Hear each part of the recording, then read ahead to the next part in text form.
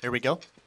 All right, we're joined, continue our media availabilities here at Dover International Speedway. We're joined by Dale Earnhardt Jr., driver of the number 88 Nationwide Chevrolet for Hendrick Motorsports, and also Mike Tatoyan, president and CEO of Dover International Speedway, who has a special presentation for Dale. I'm going to turn it over to Mike.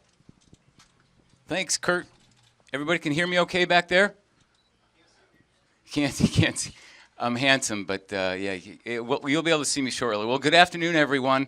It's a pleasure, again, to play host to a great weekend here in Dover, especially given the fact that all three series has playoff and championship implications. Hopefully your trip here was uneventful and you're settling in for a terrific few days. And certainly to all the members of the media, we certainly thank you for covering our sport. You know, this racing weekend presents an interesting contrast. Later this afternoon, we're going to see some young guns, some 16 and 17-year-olds really battling for a championship in the NASCAR K&N Pro Series East as they make their way up the NASCAR ranks. And then on the other end of that spectrum, we're here this afternoon to present a memento to a future Hall of Famer. During our 48-year history, we have run 95 Cup races with 35 different Cup drivers. Obviously, a lot of those have won multiple times. Richard Petty, Jeff Gordon, Jimmy Johnson, just to name a few, have a few familiar names. But there's one race that out of those 95 is certainly the most significant in at least my unofficial mind, and I think in the minds of many. So there's one, a big gap, and then 2 through 95. On September 23rd, 2001, just 12 days after one of the most disastrous days in the history of our country, we held the MBNA Cal Ripken Jr. 400. On that day, Dale Jr. led the most laps with 193 laps and won the race. And while it may not have been the most exciting race, it was a dominating race. And it certainly was one that was very memorable here at the track, not only because it was a win for Dale, which it's his only win so far here at the track, but it was one that was just bigger than any other race. It was bigger than Miles the Monster. It was bigger than the sport. It was just part of a healing process for the entire country.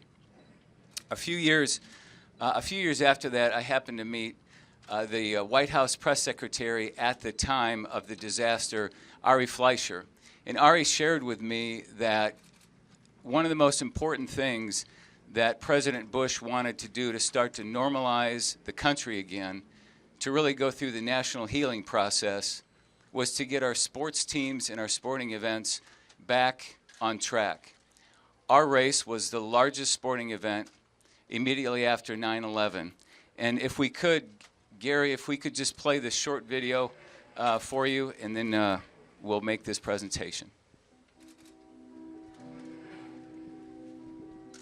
These times when this country really comes together hard, you know, and really, when we really bond and get behind the same purpose.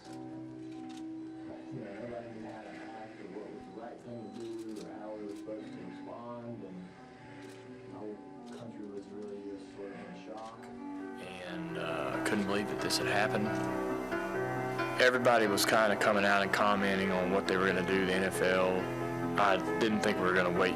You know, I didn't think we were going to put off two race weekends. Perhaps there is no more appropriate place for the return of NASCAR Winston Cup racing than the state of Delaware. The attitude amongst NASCAR and what you were hearing outside of NASCAR was that we need to be doing what we're doing or what we're supposed to be doing. This isn't going to stop what we do and how we live and how we act. Just a lot of patriotism.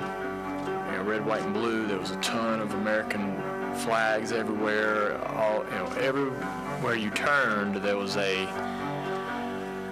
reminder or evidence of what the country had gone through, was going through, what everybody's attitude was about it, and it sort of built up over the weekend. And it was emotional, like it was heavy. The American and checkered flags out at Dover. Earnhardt Jr. wins. Tony Sr., heck of a job.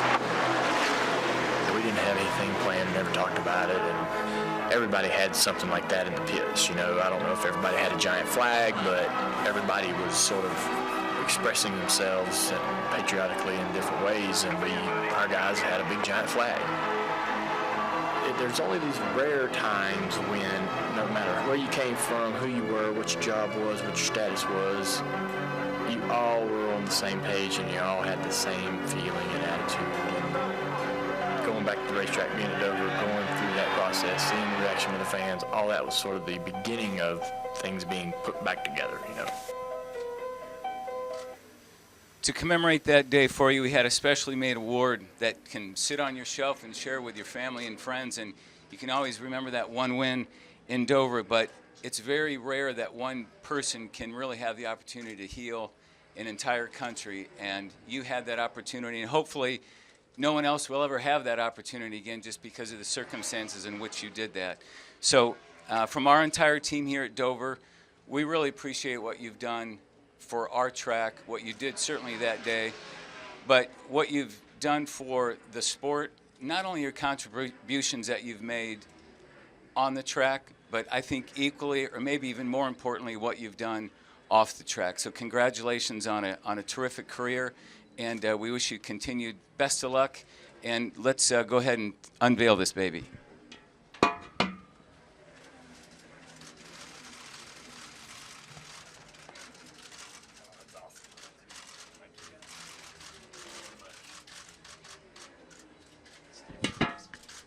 Just so on here it says, one race united an entire nation on September 23rd, 2001.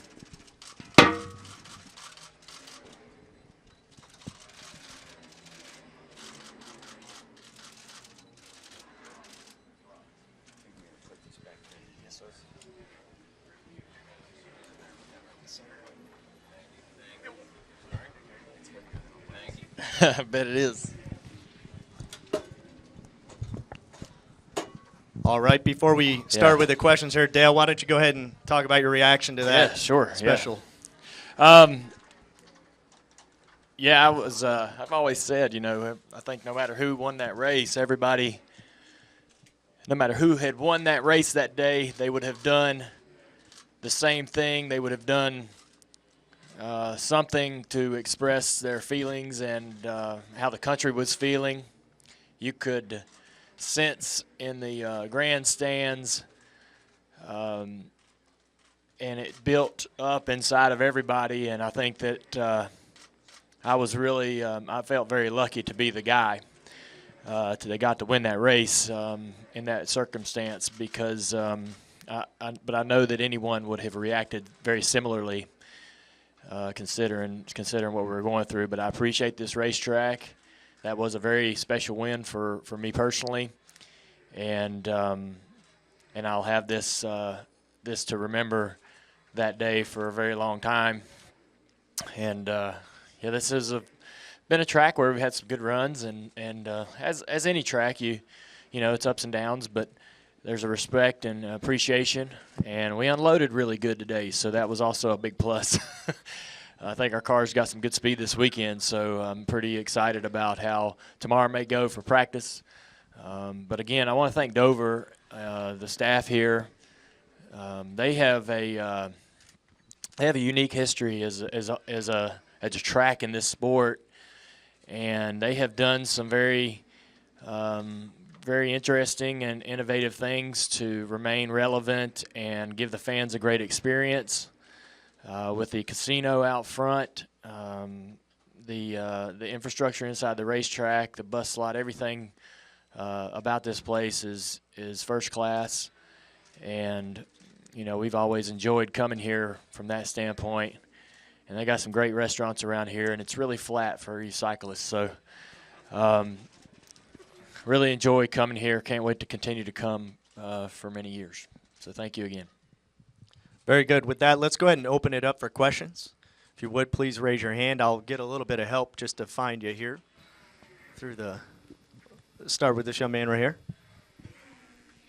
Andy Markey, NASCAR Home Tracks. Dale, you've been a guy who has been a supporter after having run in late model stock car racing, and I'm curious, after the amount of interest, because you said you were previously interested in doing so, after the amount of interest last week's race at Martinsville got, is it something that's on your radar possibly next year or the years ahead, racing in the 300? Oh, man, I don't know about the 300. We've spent a lot more money than we ever took home from over there. I'll tell you that. It's a big race, very prestigious, but kind of leave it to them young guns to battle for that. If anything, I'd have interest in sneaking over to a track somewhere and just running a short weekly show, trying to get in there under the radar and have some fun, and not really not really a big show like the 300, but you never say never. I don't know really how I'll feel. I'm really interested just what the urges will be once I'm out of the car full time. If I'm going to really miss driving the cars more than I think, and maybe I'll want to drive the late model more often. But obviously, it's a team back there at the house. It ain't just me, so I got to run it by the whole group and make sure everybody feels comfortable with that. And I definitely want to focus as well on my next job too. So, but again, like, I love running the late models, and I like to have those cars competing every week. Keeps you sort of plugged into the grassroots, and it's a great feeling to be able to give to those tracks and support your local tracks. And I certainly have some curiosity about going to those tracks at some point in racing, but I don't know about that big show at Martinsville. That'd be a little bit of a commitment. Let's go to Kyle, and then right behind him to Bob. Kyle McFadden, theracingexperts.com. Dale, I talked with your nephew Jeffrey a few weeks ago at Richmond, and he said he took you bow fishing down in Lake Norman, and that your brother Kerry was there also. And he said while you were doing that, your troll motor broke, and you and your brother were playfully going at it. Jeffrey said he saw a different side in you that day, the family man in you. Can you share that experience and how that Yeah, absolutely. We don't encapsulates your motive to spend more time with family? Yes, sir. I think I just never had the time. Me personally, and this isn't the way everyone is, but this is the way I am. When I was racing full time for the last 20 years, I was negative toward doing anything else outside of racing. I wouldn't make time to be with family or get out of that element, and it was racing, and very self-centered and doing whatever I wanted to do and when I wanted to do it.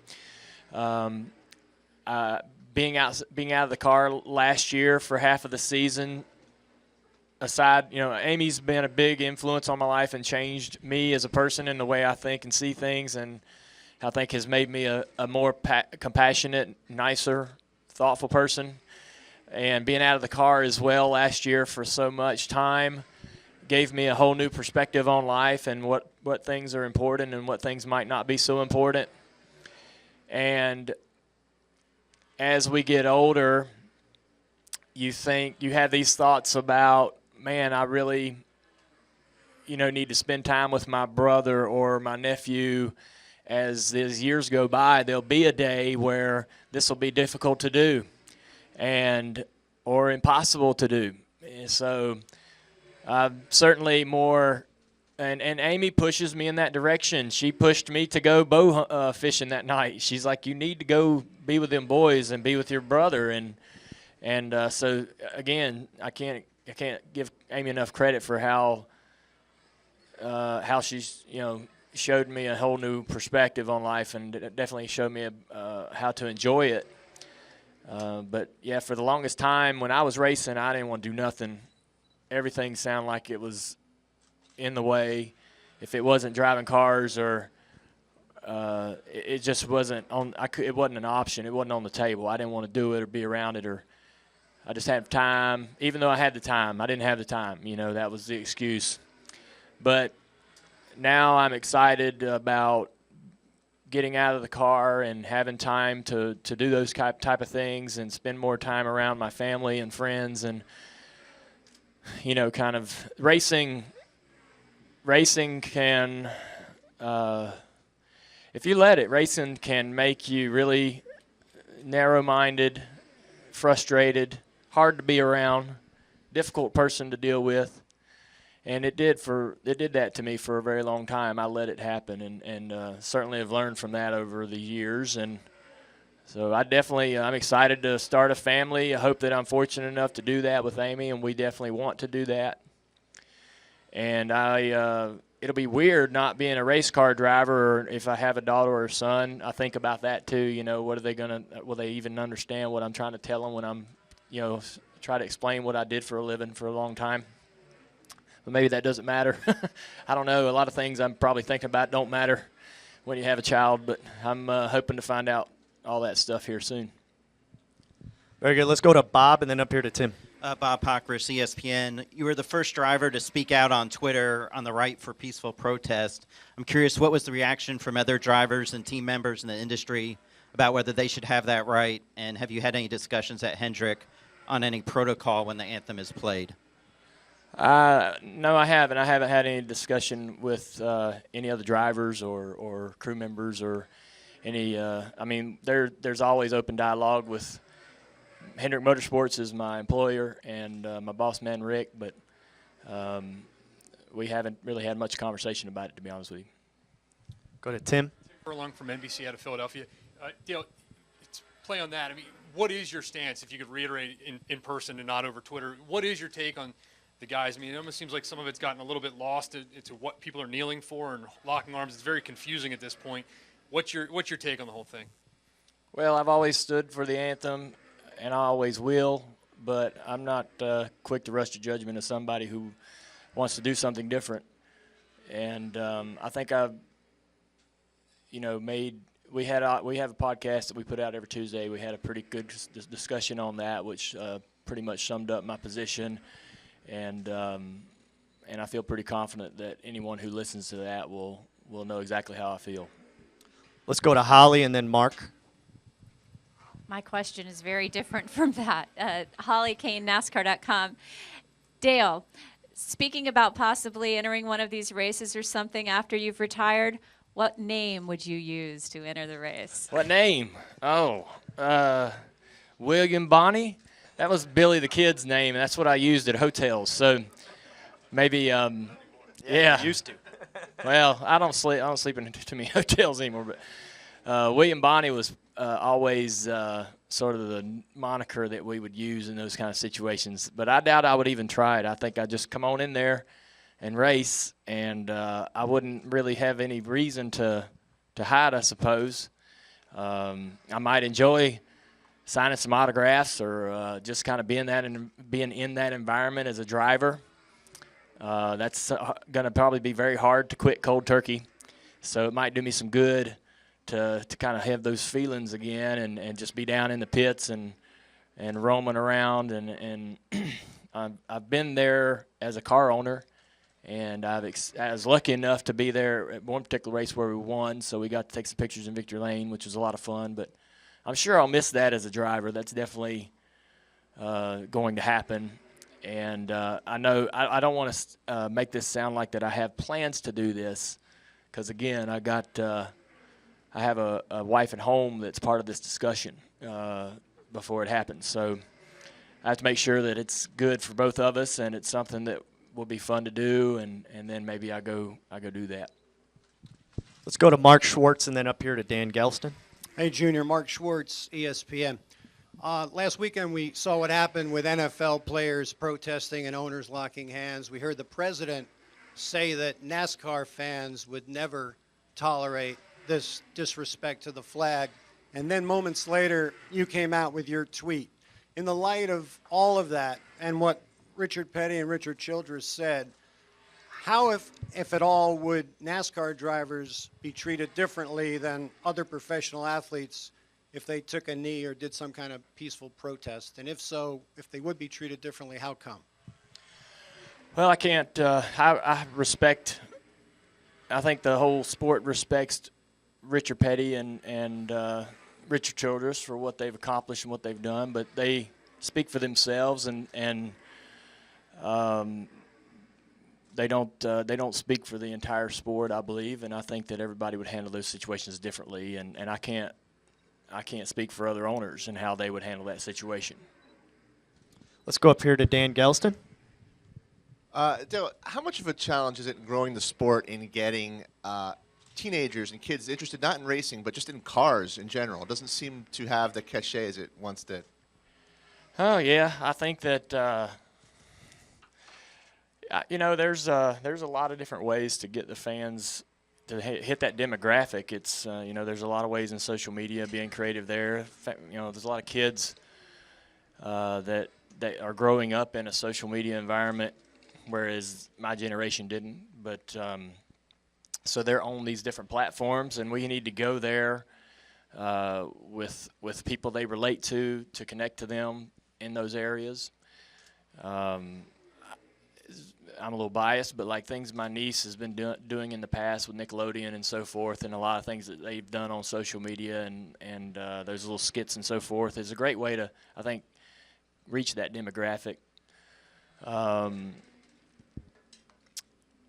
There's also, I was speaking about this earlier last week, the fantasy platform for us has not reached its full potential, and I think it's got great potential to get there. I think it has a great opportunity with the stage racing and so forth to become quite a booming business for NASCAR, and I think that there's a young demographic there as well, and a demographic.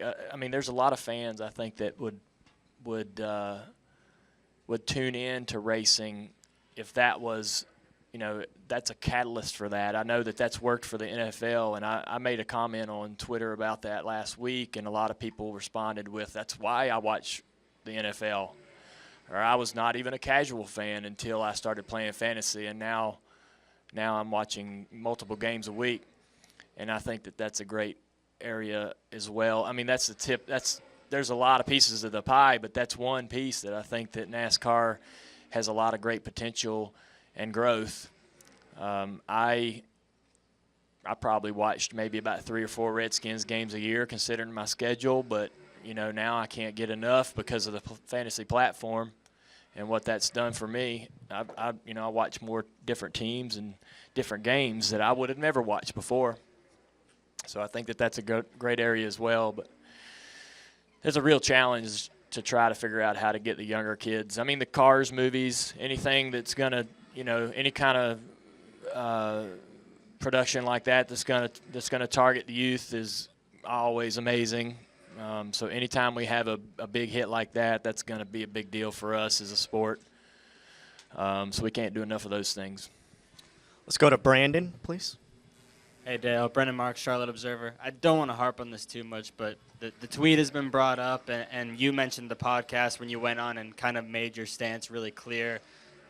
Is there a reason why you feel so comfortable kind of speaking your mind when maybe some other drivers might not be? I've just always been pretty transparent, and I don't always claim to be right, but I think in transparency and conversation and compassion, you can learn. You can learn from others. So there's only one way to sort of do that, and that's by communication and sharing. And so I've always sort of been eager, in a sense, to know more and to learn more and to try to understand both sides. And so I think that's where that comes from. All right, with that, Dale, we want to wish you the best of luck at Dover, and thank you for coming Thanks in a lot. today. Yes, sir.